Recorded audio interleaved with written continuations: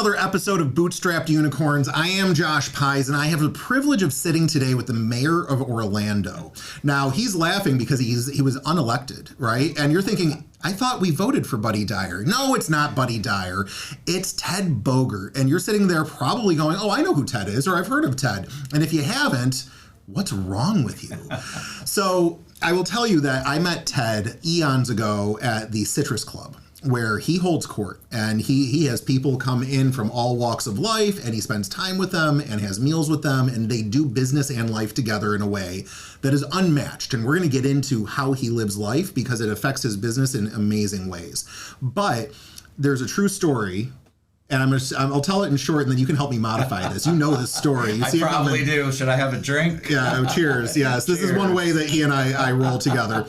So it's my first day. I'm a Citrus Club member at the time, and I walk in. I'm like, oh, I'm first person in the building. And I walk in and I take the corner seat, so I can see the room and start understanding the room. And I'm just gonna sit there typing on my computer, and I'll have a meal and get to know people. And the staff comes up and they're acting weird. They're like, something's wrong, and I don't quite understand why they're acting weird. But I could feel it. I'm like, maybe I'm not welcome. Maybe I don't fit. I don't know. And then this guy comes in, a really well-dressed guy, and he kind of stares me down and then sits at the table next to me, also looking into the room. Oh, okay, it's another guy. He's working, I'm working, I'm not going to interrupt him. And then he makes a phone call and he starts talking about this jerk who took his seat. And he's loud about it. He wants me to hear this conversation. And I can't tell if he's actually mad or if I'm being hazed. I can't figure it out, and I don't know. So I go the whole day not interrupting the guy who basically was throwing me under the bus to strangers. And so the next day I come in and I go, I'm gonna sit in the same chair and see if it happens again. And I sit down, and this very nice waitress who served me the day before, she goes, do you know what you're doing, sir? I'm like, no. I'm like, I feel like I must be doing something. She goes, well, yesterday you sat in the same chair. That's Mr. Bogert's chair. And I'm like, there's assigned seating? And she's like, no, we just kind of all know that it's his. And she goes, we kind of let yesterday go, but I feel like somebody should tell you. And I'm like, well, I think I'm going to sit here and see how he rolls. And she goes, your funeral.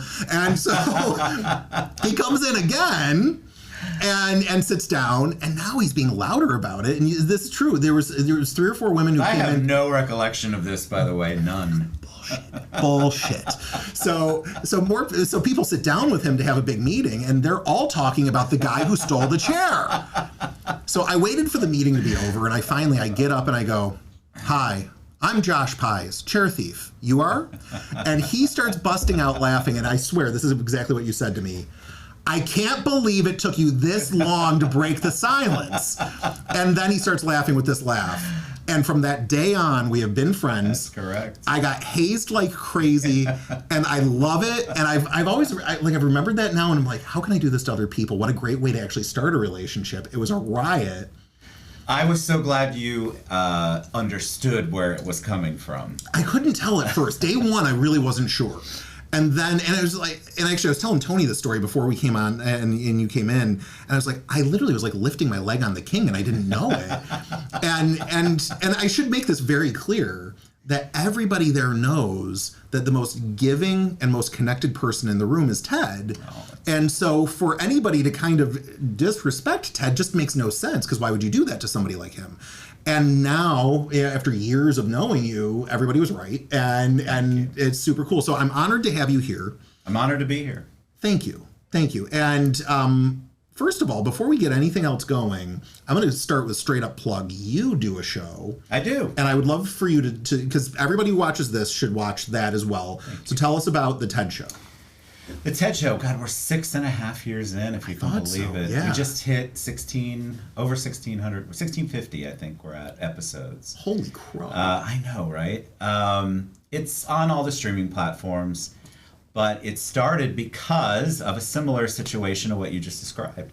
I got tired of people coming up to the club and thinking that I'm a Rockefeller, and all I did was drink all day, which is not inaccurate. It's semi-accurate. It's semi-accurate, and then I had all this money, and all I did was hold court all day, which is true, but I did have a business, and so I thought, why don't I bring on all of my friends in the community, people who are doing great work, share their story. Facebook Live was new at the time. Oh, it was brand new, yeah. Brand new. And so we went live from my phone, if you can believe it. And it just took off because I think people are interested in human interest stories. Yeah. They also want to be able to relate to people. Hey, I'm going through that too, or I'd like to try that too. Entrepreneurship, that kind of stuff.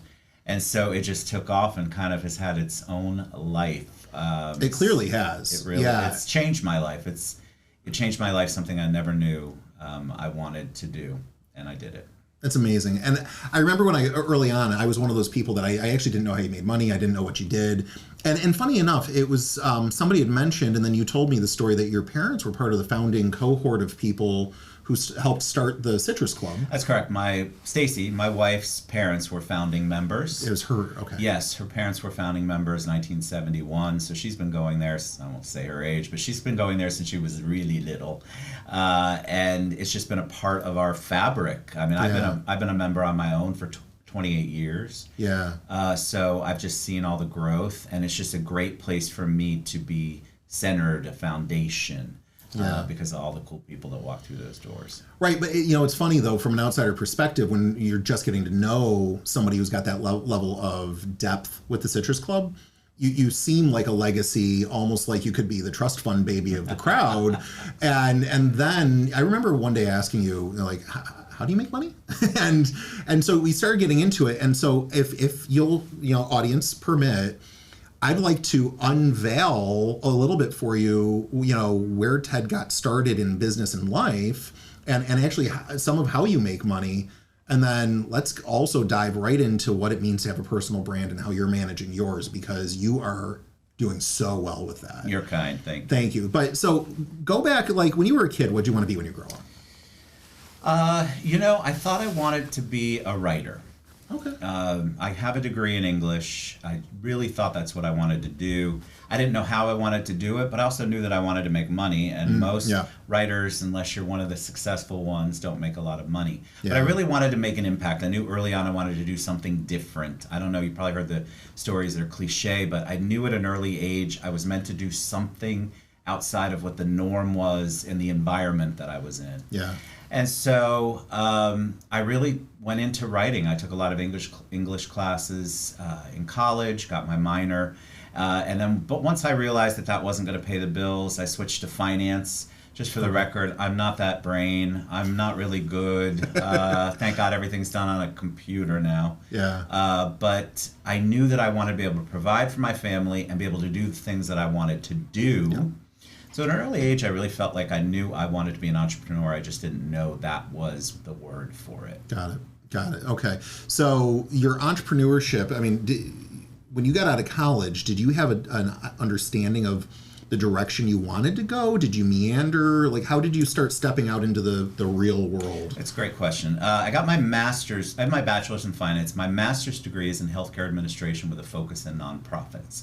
So I worked in the nonprofit sector for about 5 years. Also realized that was not going to allow me to achieve the dreams that I wanted to achieve.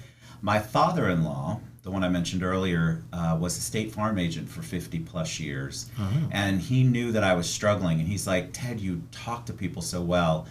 Do you want to give it a try? Do you want to try life insurance? And I had taken some of those courses in my finance degree.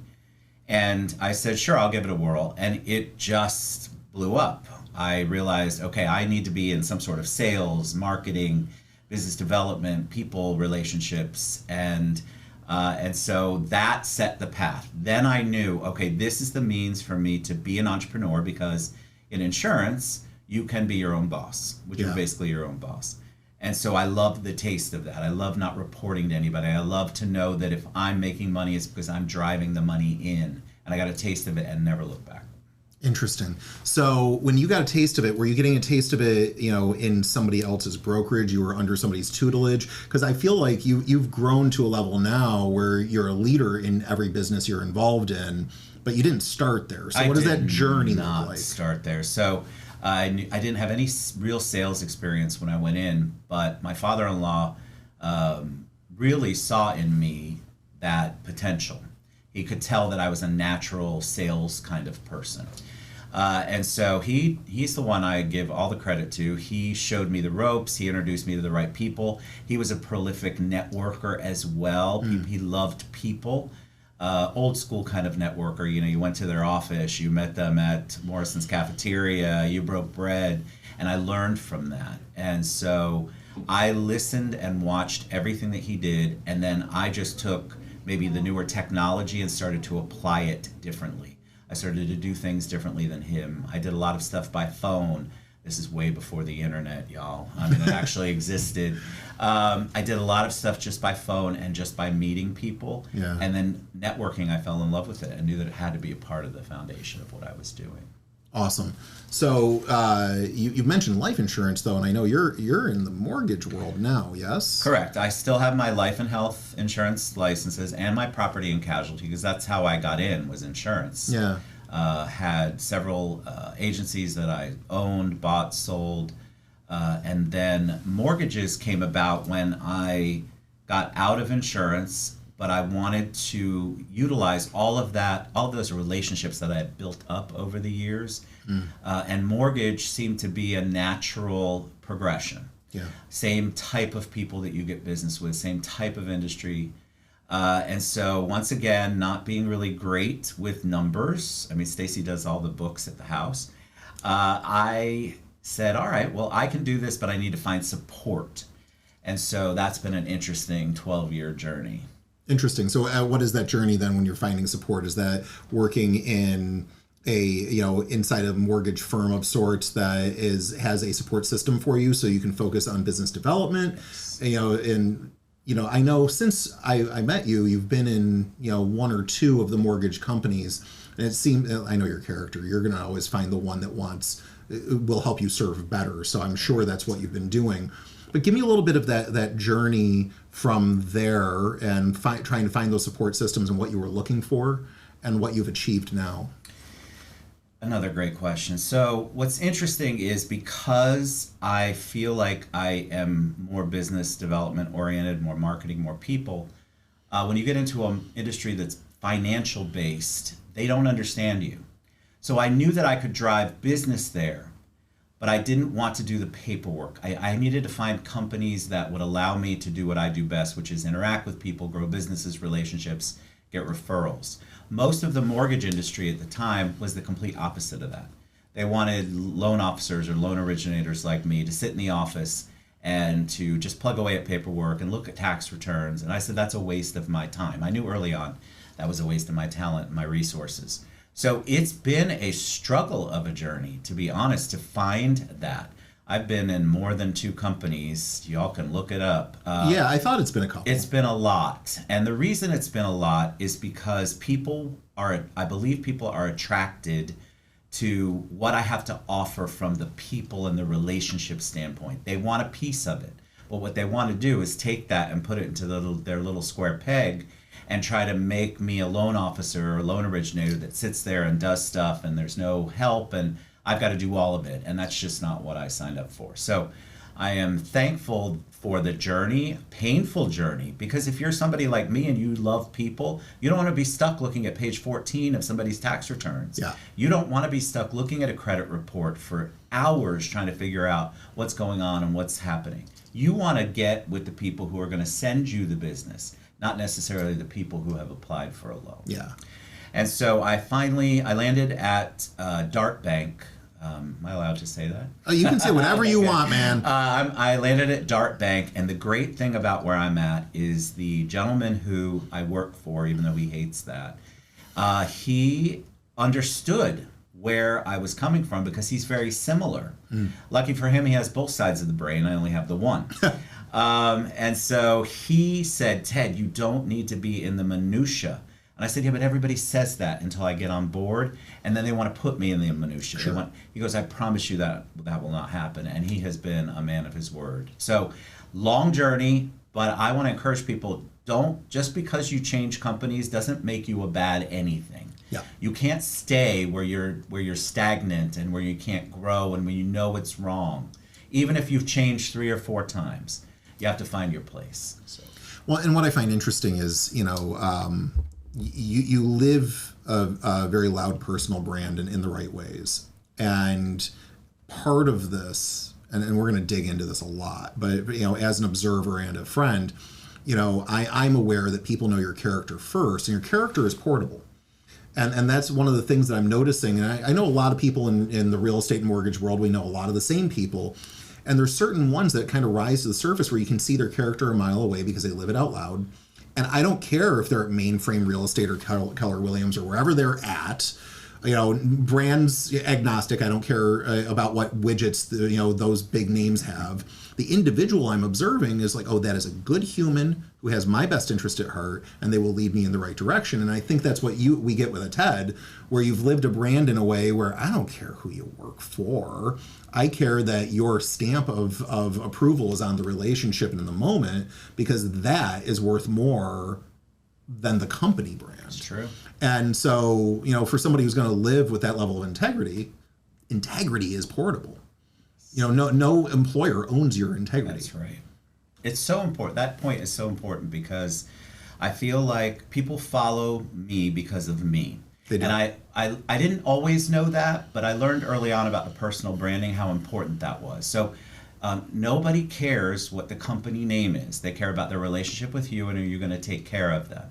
And so that's why me moving was a direct result of that. I needed to be able to take care of the people who trusted me. And if they weren't getting what they needed, it was time for me to move on as a human being. And they will come with me because of exactly what you said. It's the relationship. They like me. They trust me. They want to do business with me. They don't care about who's behind me. But they want to make sure that their people are taken care of. And that doesn't matter as far as the company. It's the people that you work with. Think about how important that is from the reverse perspective. That you've been now with a couple of different companies who, if I may say, you're a pipeline machine. You're building this pipeline that brings work in, but they didn't figure out how to work with you in a way to keep you. Correct. And so I don't want to necessarily say they were bad, but they missed the boat. And I think there's a lot of employers out there that they run into somebody who's powerful, but they don't necessarily understand or figure out or do the homework to figure out how to work and keep with them. Yes.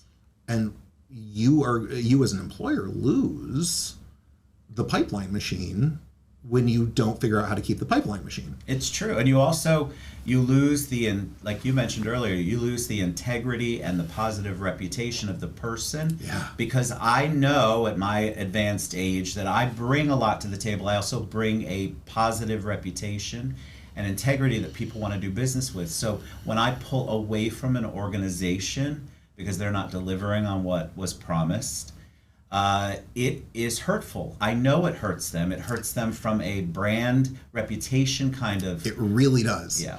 Because I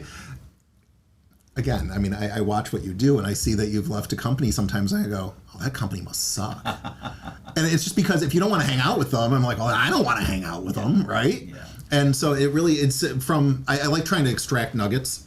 And there's a lot of people who are employers who will watch this episode and they're hearing somebody talk about a personal brand and maybe that part won't necessarily resonate with them because maybe they don't live that way. But you're going to be hiring personal brands. Sure. And what do you do about that? And how seriously do you take that? You're exposed as you hire personal brands. You're exposed to opportunity. And you're also exposed to potential loss if you don't figure out how to work with that. And it's amazing to me because these people know that they want it. Yeah. And then they believe that they can deliver, but in reality, they haven't set up, and I'm talking employers, haven't set up the infrastructure to really understand how to harness that and utilize that. Do you have theories on that? Like, what infrastructure do you need when you come in as a pipeline building personal brand and you're that gregarious sales face and personality? What do you need from an employer for you to be able to do your job for them? It's a great question. A couple of things. I need a back office. I need support that even if they don't have the same kind of personality I do, they need to be able to get the work done in a way that is respectable, communicative, organized, and they need to be able to deliver to the client. Because what I'm basically saying is, Josh, send me your next buyer in the mortgage world, and you send it to me, and the buyer loves me, you love me, and then they get to my people, and they hate them. And what happens is they hire people who do structure like that. I get it. You're in the loan, so you're not used to dealing with people necessarily. But you need to at least have the right communication skills and the right organizational skills to accomplish what I am promising you're going to do. So you want my pipeline and then you do nothing with it, then it hurts everybody. Right. That makes sense. So the employer has to have clarity on their systems, their processes, their infrastructure, so that as you're selling what you believe they say that they can deliver on, that they actually have the capacity to pull that off. Correct. So yeah, we don't want to disconnect between promises and delivery. I hate overpromise and underdeliver. It's like a pet peeve of mine. I would rather you tell me, Ted, be conservative in what you can do for me, and then surprise the hell out of me when everything's amazing. Yeah. And it's taken me a very long time to get there. Because I think employers are just set up for us to be robots and to just adhere to the cookie cutter kind of way of doing business. And in reality, they really need to open their minds. You made a point earlier. They are now hiring people, this Gen Z especially, right? That's the youngest ones. Yeah.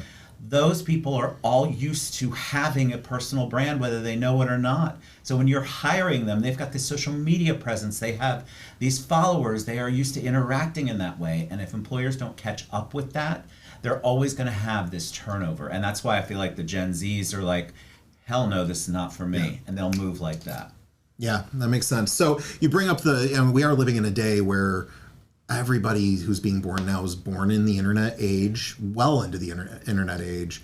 You're a personal brand before you can speak because your parents are putting your face on their socials. And so you, in your 50s, started a journey of being a personal brand on the internet with the TED Show and a lot of these behaviors. And I feel like you've got, 7+ years now of pretty amazing lessons and traction doing this. So let's talk about that personal brand and that journey.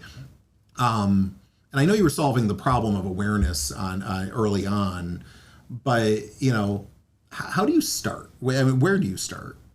Where did you start? Maybe it'll be instructive. It's a great question. All your questions are great. Thank you. Cheers to Josh's questions. Cheers to Josh's questions. I tell people, I get asked this a lot. I tell people that you need to just start, and that's so cliche. I know. So I didn't know anything about Facebook Live. I really hadn't done any video. And I just decided this is the time I'm going to do it. I didn't worry about how I looked, even though I looked wonderful. But you dressed well.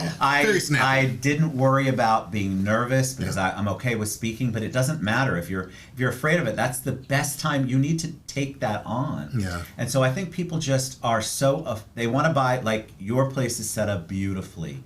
But a lot of people who are beginners want to buy all this stuff because they think by osmosis it's going to make them a fantastic podcaster. It's going to make them a fantastic whatever they want to be. And they continue to, same people that like read all self-help books but never listen.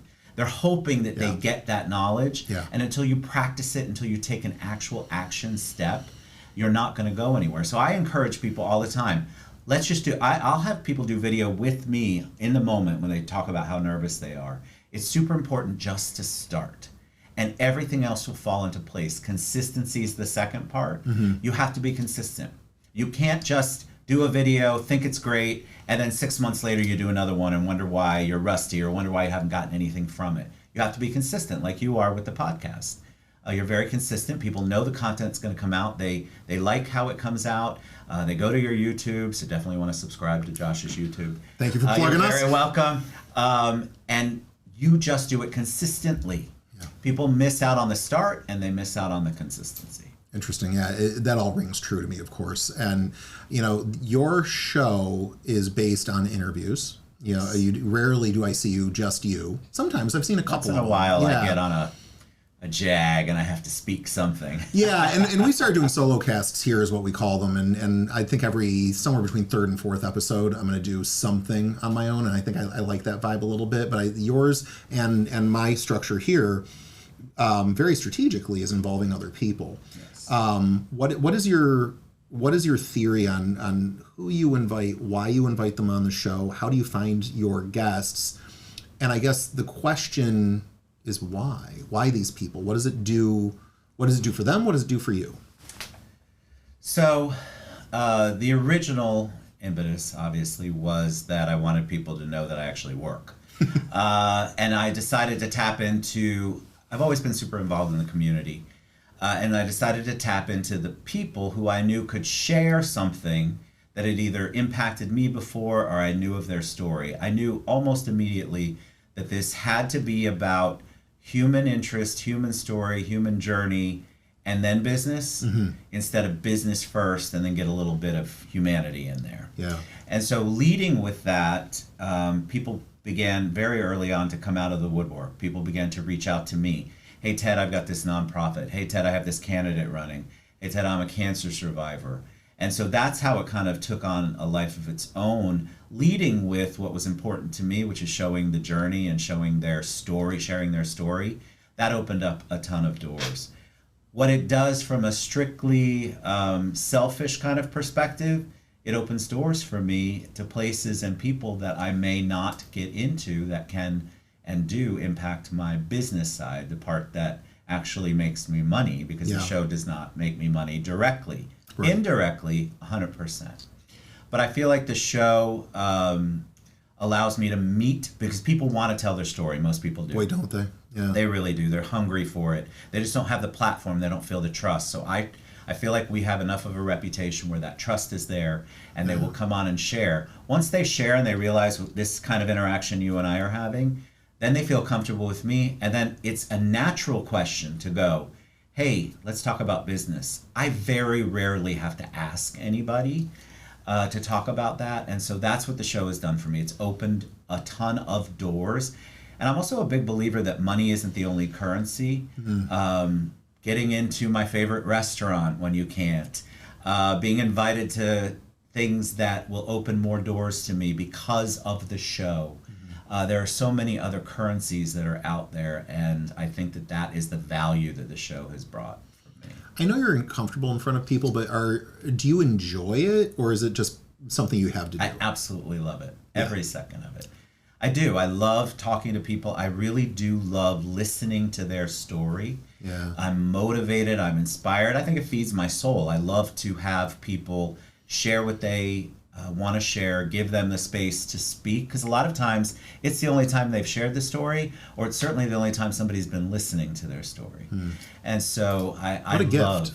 It's a blessing that I didn't know early on. Who knew? But I am good with people like you are. I'm good talking to them. I'm good listening to people, which is to me the biggest part of the whole battle. And it's just been hugely positive for my life changing.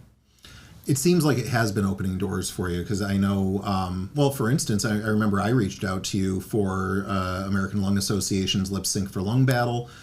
You were a wonderful judge, and Thank you. That was a great time, even though it was very rainy.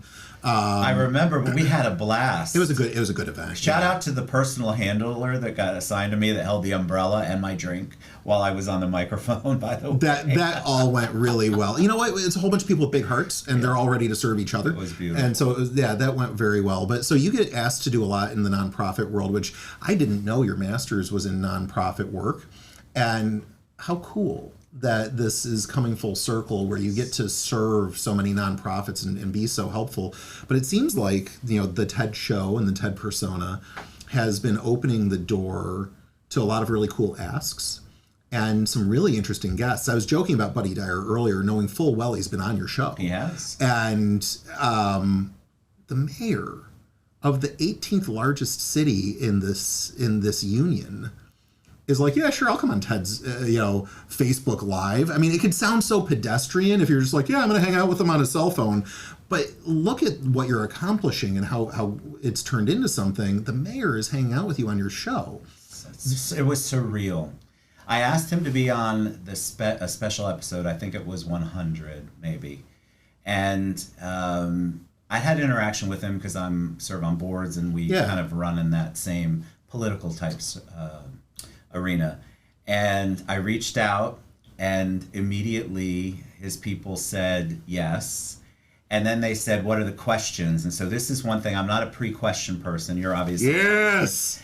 And I said, I respect the mayor's thought process on that, but if you watch the shows, you know that I never surprise anybody with a negative. I'm not going to come out and ask you to comment on something. I'm really trying to get to the heart of it. It's a no Geraldo zone. Exactly. I don't have any questions. So took 3 days, and they came back and they said, we looked at everything. Okay, you don't have to send us pre-questions. Wow. So I knew early on that people, that's the trust. That's the people go, okay, I believe him. He's not going to screw me over.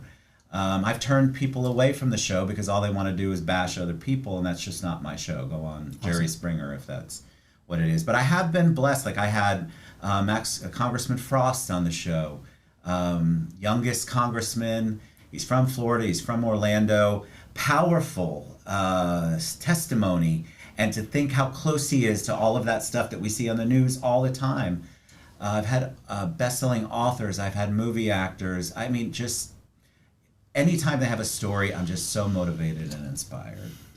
That really is amazing. And think about the cred that adds when you ask somebody to be on the show, or somebody asks and you say yes, and they're not the movie actor, they're not the mayor, they're the local business person, they're a mouse next to the lions, but they're on your show, and the honor for them is real, and the opportunity, because your platform keeps growing the way it does, is really, it's a wonderful and fascinating thing that these small businesses get access to you.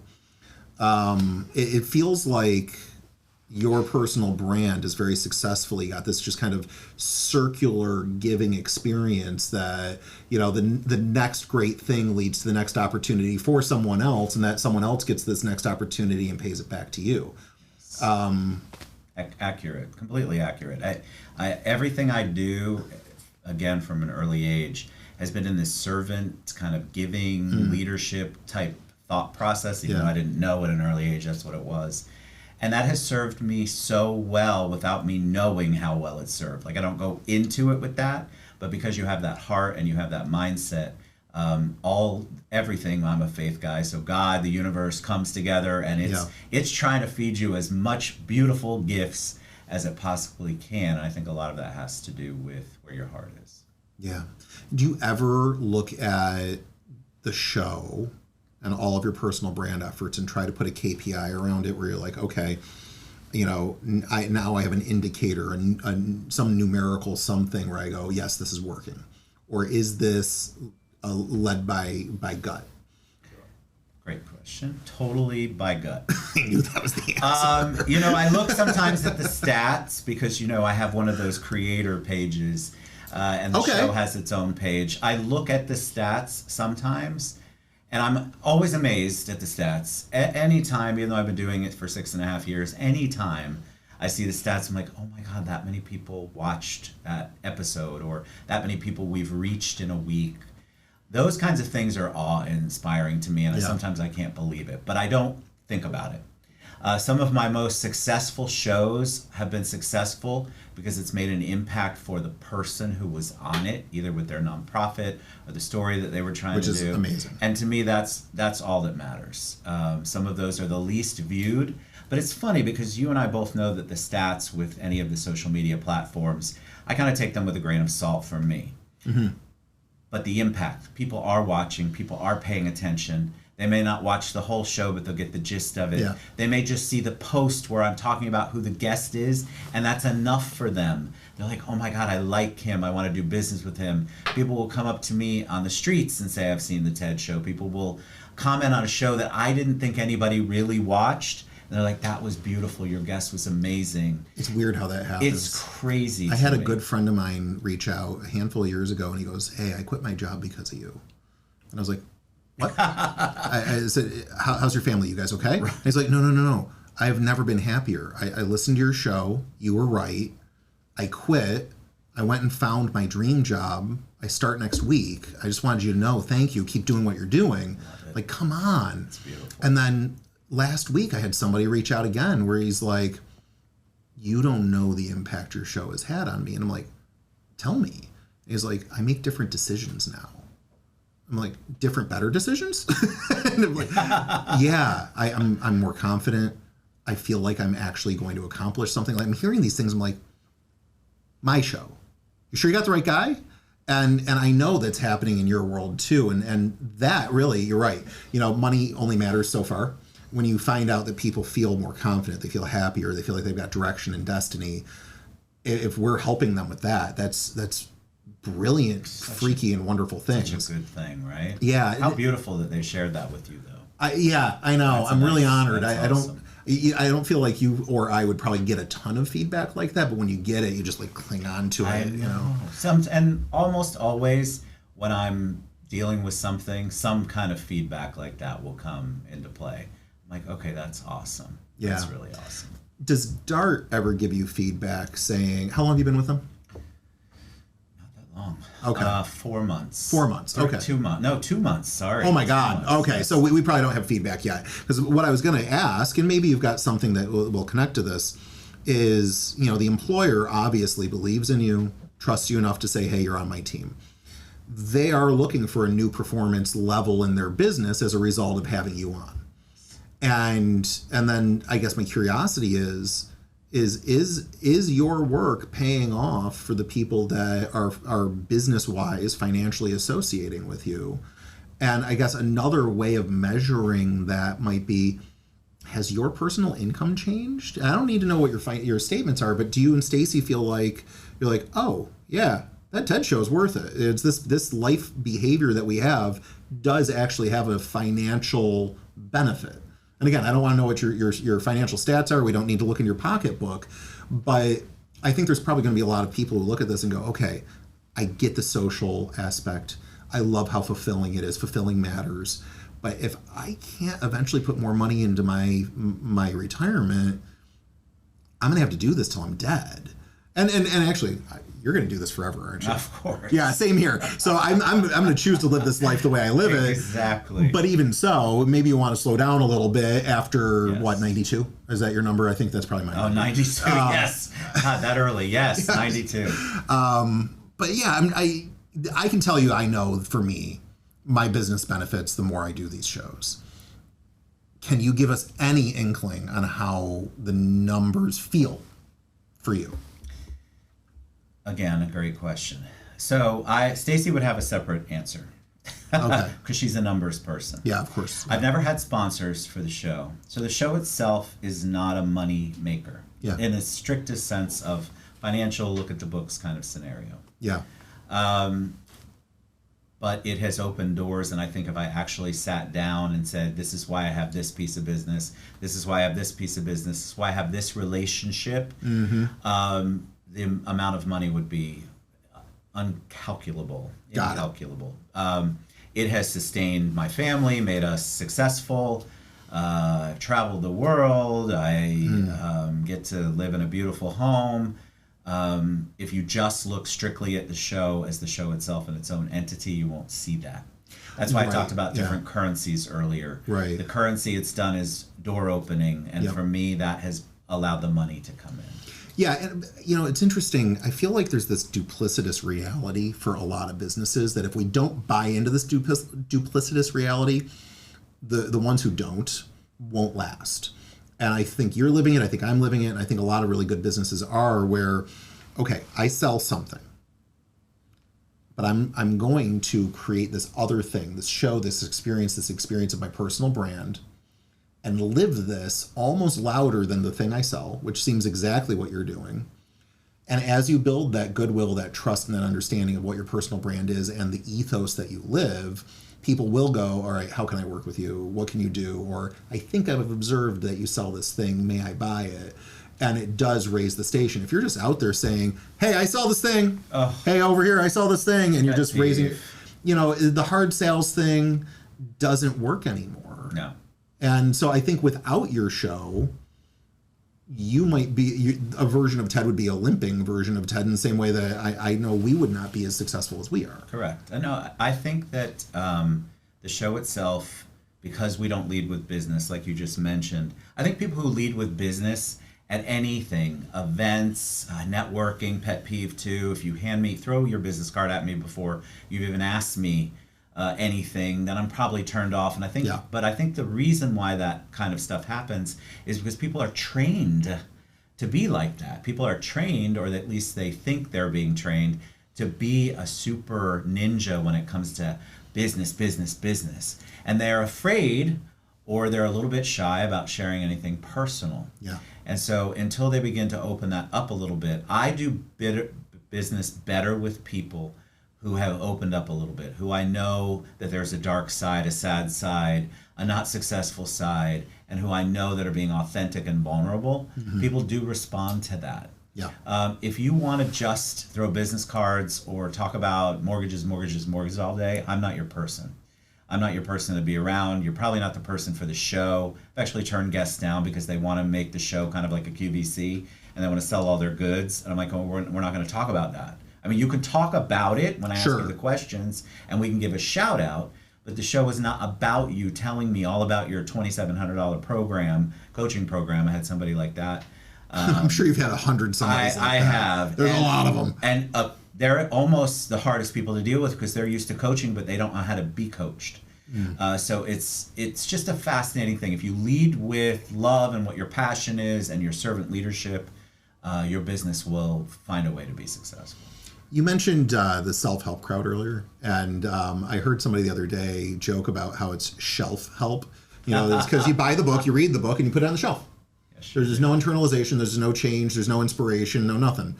I can say I read a book. Check. And I'm wondering, where do you draw your inspiration? How do you refuel? You know, it takes, I think you're an extrovert, I'm an extrovert. Even extroverts who are, you know, we're built to be extroverted, get tired. Very much so. Yeah, and you lose your inspiration temporarily. How, you know, for somebody who's on stage in life, how do you refuel? What do you do to be able to get that sharp edge sharp again? Most of the time, that's done with downtime at home.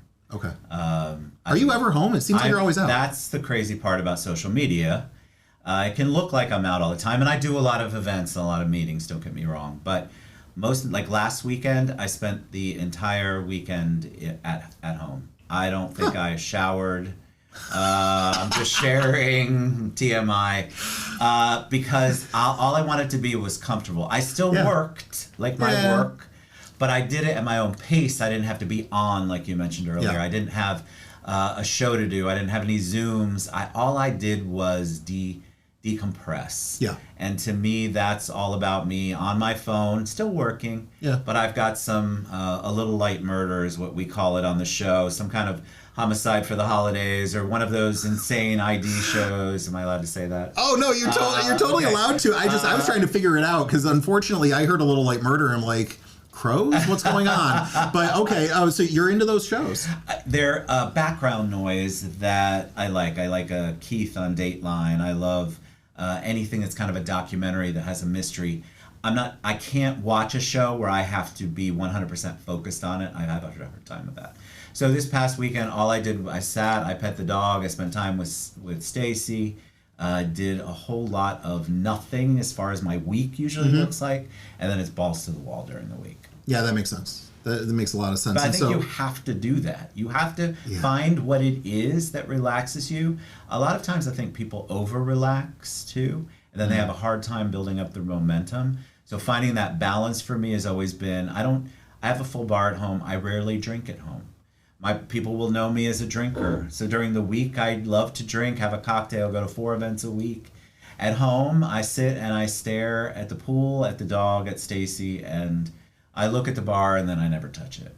No kidding. Yeah. Yeah, that's really interesting how you actually have almost two ways of living as well. And, you know, I think there was a time in the past where the term, let's say, duplicitous, or, you know, where you've got two sides of a coin, was looked at as a negative. Like you had to be authentic 100% of the time, and what that meant was what you get at home is what you get out in the world. But now it feels very unsustainable and maybe even unhealthy to not have those ups and downs. I was just reading something, I think this morning, about how you can't understand that you're happy if you haven't been sad. You can't understand that you're on if you've never been off. You can't, understand success if you've never had lack. and so there's an ebb and a flow, and there's this yin yang opposite thing that happens that it seems like you figured out for yourself. Long time, but yes. Yeah. How did you? Was this slow discovery? Was this an aha? I think it was slow discovery, especially when I have three children, and during those crazy times when they were all going high school, college. I mean, you just run on fumes most of the time. You have three as well. Yep. And you have two girls and a boy, just like I have. And I feel like those times I didn't have time to discover that. Yeah. As they got older and were in their activities and weren't as home as much, and I didn't have to focus on being at practices and games and all of that good stuff, I began to realize, wow, home is where I decompress. Home is where I want to be. When people ask me to go out on a weekend, I'm like, really? Is it worth it? Because I'd rather go out during the week, because the weekends are so important to me from the balance perspective. That's awesome. So I want to kind of land the plane together here, and what you're doing and the type of business you're in. There's a lot of people who are in similar businesses where they are a representative on behalf of a business. There is a commission structure that exists for them where they will do better if they can bring in more work and close it. And I'm wondering, is there something that you could leave us with on some instruction on how to get started building the brand? Sure. Social media is a free way for you to start. So I think that taking a real look at what you're posting on social media, figure out where you want to be. I'm in the real estate world. A lot of real estate people love to post just everything's about business. Just listed, just listed, just listed, just listed, just sold. And I feel like nobody gets to know them. So I encourage people to figure out, which could require therapy, figure out what makes you tick, what's important, and how you can utilize social media to show the world who you are. Because showing the world who you are, being authentic, being vulnerable, is so powerful when you are building that brand. And I think a lot of people just don't want to be vulnerable. Our conversation, I feel like, is always 100% authentic, vulnerable. We talk about our feelings. We talk about things that weren't great, not successful. The success is how we got there. We're sharing that with people, and people respond to it. They're the same people that go, God, I couldn't do that. But yet they're the same people who respond to it, so they know that it's needed. So I would encourage people to take a look at what message you want to send. What are you trying to curate for your world? And then start there. And start. You have to start somewhere. And if you need help with it, Josh and I will help you out. And that's what I love about you too, is so anybody, you don't even have to know Ted. Just friend him. He'll say hi. Send him a private message saying, I'm a little bit lost. This is a little bit of who I am. And he'll invite you up to the Citrus Club probably. Absolutely. And you can meet the great Ted Bogert and hang out with him. And you can sit at Josh's table. Yes, it is. Damn it, it's my table still, even though I haven't been a member since 2019. I do need to come back up now that Caleb's up there too. I think love Caleb. What a wonderful, wonderful man. Great human. I think he's going to be a great leader up there. He already is. He is. So that could actually entice me back. There you go. Honestly, yeah. The fact that you and Caleb are running around that place that's a really good thing. He's an amazing guy. Yeah. So a shout out to Caleb Paul. You're a good man. We're excited for you. You know what? Actually, now that I think about it, you have a platform where you get to speak all the time, and I'll bet you're so focused that maybe you don't take a moment to just do the gratitude moments because you're focused on the person that you're so grateful is there. Do you want to shout out to anybody in your world that you're just really grateful for that for any reason? Wow. There's so many, I know. So I live in gratitude. I'm a big believer that gratitude, you have to start with gratitude. If you really want to start somewhere, start there. But my wife, my kids, my close-knit friends. I have a lot of friends and I love them all. But there's a group of people that I hang with that really feed me and also keep me on my toes and keep me in check. Because you can imagine, I don't know, sometimes the ego gets out in front of it, or at least it appears to. So I'm going to give a shout out to them. I really am grateful for every interaction. I'm grateful that you reached out to me about the show. I'm grateful every day I wake up and that's the first thing I do. So there are so many people just all of these people who are when they're in my circle, they take care of me, but don't let me get out of control. And I kind of like that. So shout out to all of them. Very cool. Well, Ted, I can't thank you enough for being on the show. Thank you. I loved it. Well, cool. That's an endorsement I'll take, everybody. Absolutely. Definitely get involved and follow, subscribe, all the good things that Josh is doing. Thanks. So I'm Josh Pies, as you know. This is the great Ted Bogert, and I do call him the great Ted Bogert, even when I'm not talking to him. I talk about my friend, the great Ted Bogert.